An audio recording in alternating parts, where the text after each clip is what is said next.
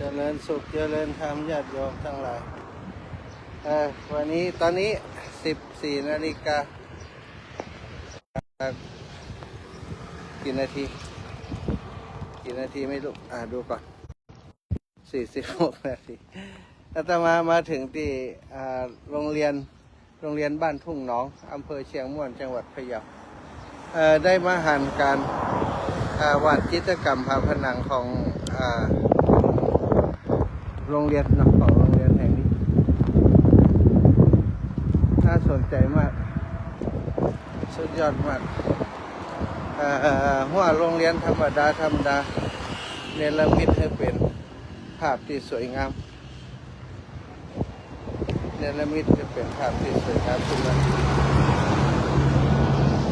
โอ้โหสุดยอดมากภาพในหลวงภาพพระพุทธรูปโตสมจริงงดงามมากแท้เดียวนี่ว่าโรงเรียนทั่วไปนะนะโอ้โหสุดยอดฝีมือสุดยอดมากโอ้โหมันน่าเจียเนาะปกติอันนี้ทาวาดในผืนผ้าใบก็หลายตังค์นะเรือสวนนะโหวิถีชีวิต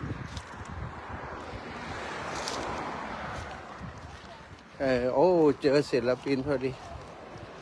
เจอศิลปินพอดีศิลปินที่รังสรรค์ผลงานอยู่ที่นี่พอดีงดงามมากเลยงดงามมากขออนุญาตครับศิลปินเป็นคนที่นี่กะเป็นคุณครูกะโอ้เป็นลูกศิษย์นี่กะกะใดบักก่อนเฮียนโรงเรียนเขาล่ะโอ้ยไปเห็นแกเขียนภาพผนังที่ไหนพ่องวัดบ้านผมด้วยแล้วก็วัดบ้านปีนแล้วก็วัดห้วยหม้อจ้ะห้วยหม้อนะโอ้งามวาดภาพวันนี้งามมากเลยใช่สีได้หม้อนี่ก่อนพะเยาเนาะโอ้สุดยอดเลยอันนี้ภาพก่อนพะเยาแต่ละภาพนี้เขาเลือกเองล่ะก็ว่าคุณครูคุณขอมีโจทย์มาให้แบบจริยธรรม8 ประการ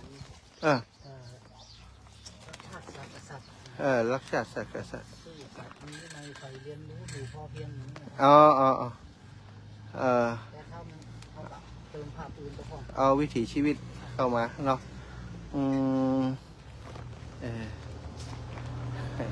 เปิ่นคือยังไงเขียนภาพยังไง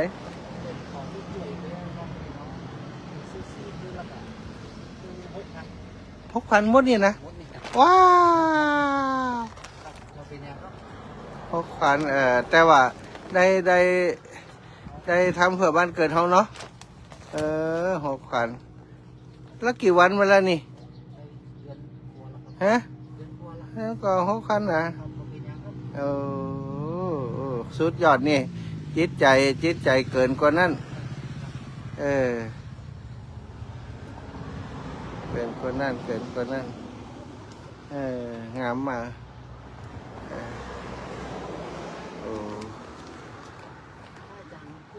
อาจารย์ทุดงมาจากลำปางแล้วก็จะไปเมืองน่านพุ่นนะเมืองลำปางครับฮะชอบที่ว่าลำปางกะอาจารย์อย่างก็ที่สอนเนี่ยอาจารย์เขียนรูปเพื่ออาจารย์อยู่อะ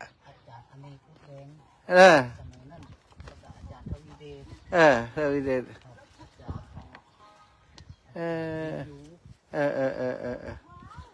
เขียนภาพให้อาจารย์คนหนึ่งมีแหมคนยังอยู่แกชอบปั่นจักรยา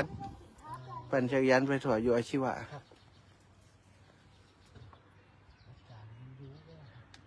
เดี๋ยวนี้แกก็ส่งผลงานมาประจำนะอาจารย์ลืมจืดไปแล้ว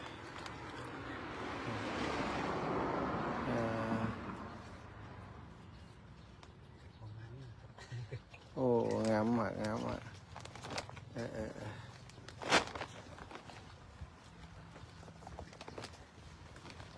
ดีมากเลย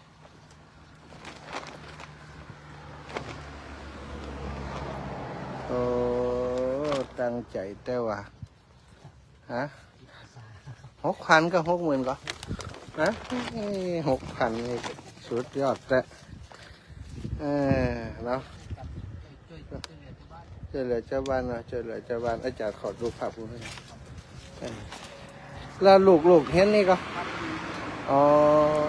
อันนี้ก่อนล้างไว้ก่อนล่ะเสร็จเลยยังเอาล้างไว้เนาะ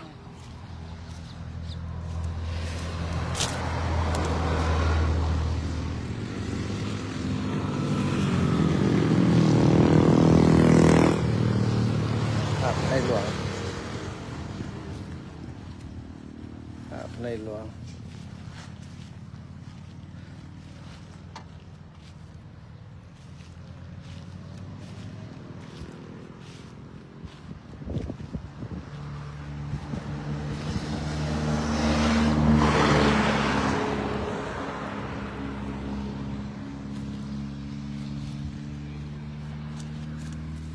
เอาอันนี้ภาพพระบิณฑบาต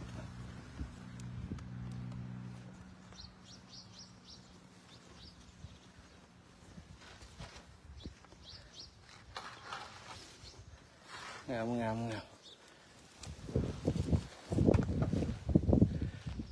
นี่ศิลปินคนบ้านเฮา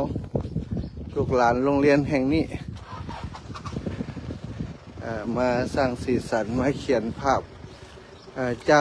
จากหัวโรงเรียนธรรมดากลายเป็นหัวโรงเรียนที่มีความงดงามน่าหลงไหลน่ามาถ่ายรูป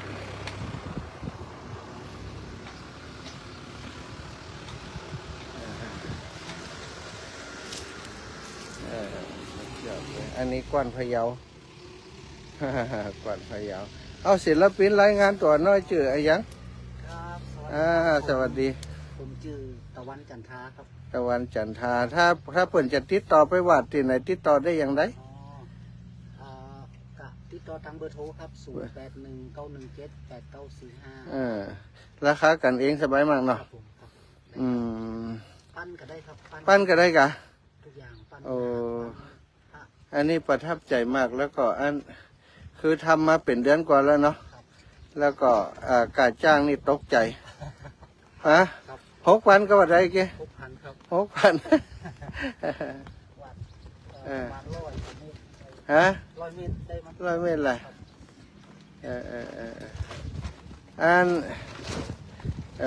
ศรัทธาญาติโยมสุดยอดมากนะ100 กว่าเมตร6,000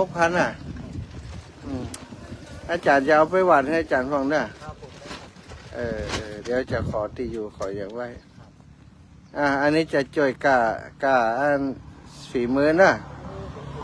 ฮะว่าจะเป็นยังไงเอาเปิ่นมาเอาให้หมอสตาอันก่อมเพื่อละโอเคเนาะเขาคนเนี่ยจิตใจงดงามคือ6,000ว่าจะจ่วยเปิ่นสักน้อยเปิ่นว่าบ่เอาตั้งใจเนาะตั้งใจทำเพื่อบ้านเกิดอันนี้คือศิษย์เก่าโรงเรียนที่นี่นะฝีมือมันธรรมดาแล้วก็จบอาชีวะลำปางเขาตัวจบลำปางพุ่นเดี๋ยวอาจารย์จะติดต่อให้ไปเขียนให้ตีอันกุฏิอาจารย์เขียนข้อพุทธรูปเขียนอย่างนี้หันแล้วงามงามมากโอเคศรัทธาใครสนใจบอกเด้อ ใครอยากจะเอาไปวัดนี่งามมากเลยภาพวิวสาธุทางเฟซบุ๊กก็ได้นะครับทางเฟซบุ๊กชื่อเฟซบุ๊กอย่างตะวันจันทราเลยครับตะวันจันทราเลยกะโอ้ดีกะเดี๋ยวเขาแอดเฟซบุ๊กกันกำเนาะสาธุ